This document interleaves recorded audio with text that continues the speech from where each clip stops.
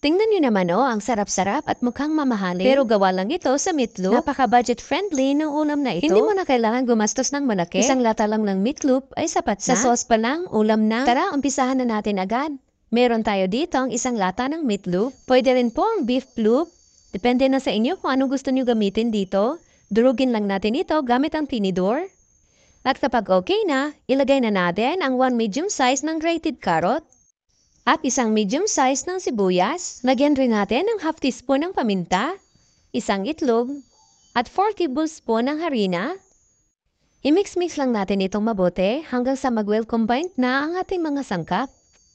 Ayan, at kapag okay na, magpahid lang tayo ng konting mantika sa kamay at bilugin lang natin ito.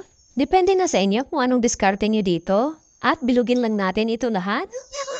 Ayan, at ready na ito para iprito na natin. Maglagay lang tayo ng mantika sa kawali.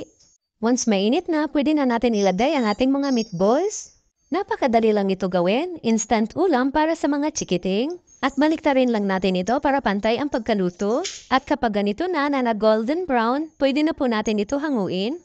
Ilagay lang natin ito sa strainer para matanggal ang mga excess na mantika.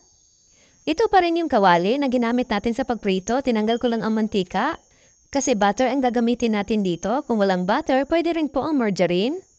Hintayin na lang natin na matunaw ang butter. Tsaka natin ilagay ang 1 tablespoon ng harina. Mix-mix lang natin itong mabuti hanggang sa matunaw ang harina. Sunod natin ilagay ang 1/4 cup ng tubig. Mix-mix lang din natin ito ulit. Napakasarap talaga nito, sauce pa lang, ulam na. At maglalagay rin tayo ng half lang ng chicken cubes. 1 can ng evaporated milk, yung maliit na lata lang, 140 ml. Dahil may natirang konting carrot, nilagay ko na lang din dito. Dagdag kulay lang sa ating sauce. Kung medyo maalat po, magdagdag na lang kayo ng konting asukal. At kung umabot kayo sa puntong ito ng ating video, maaari po bang pusuan nyo at ishare ang ating video? Malaking tulong na po yan para sa akin. Maraming salamat po. Mix-mix lang natin para makot lahat ang meatballs ng ating sauce. Ayan, at pwede na natin ito lagyan ng sibuyas dahon. At pwede na natin ito hanguin. Ayan na, may budget ulam na tayo.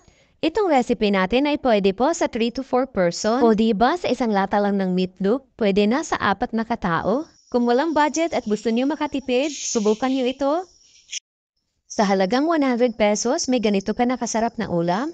Tingnan niyo naman, napaka-creamy ng ating sauce. Maraming salamat. Hanggang sa susunod po.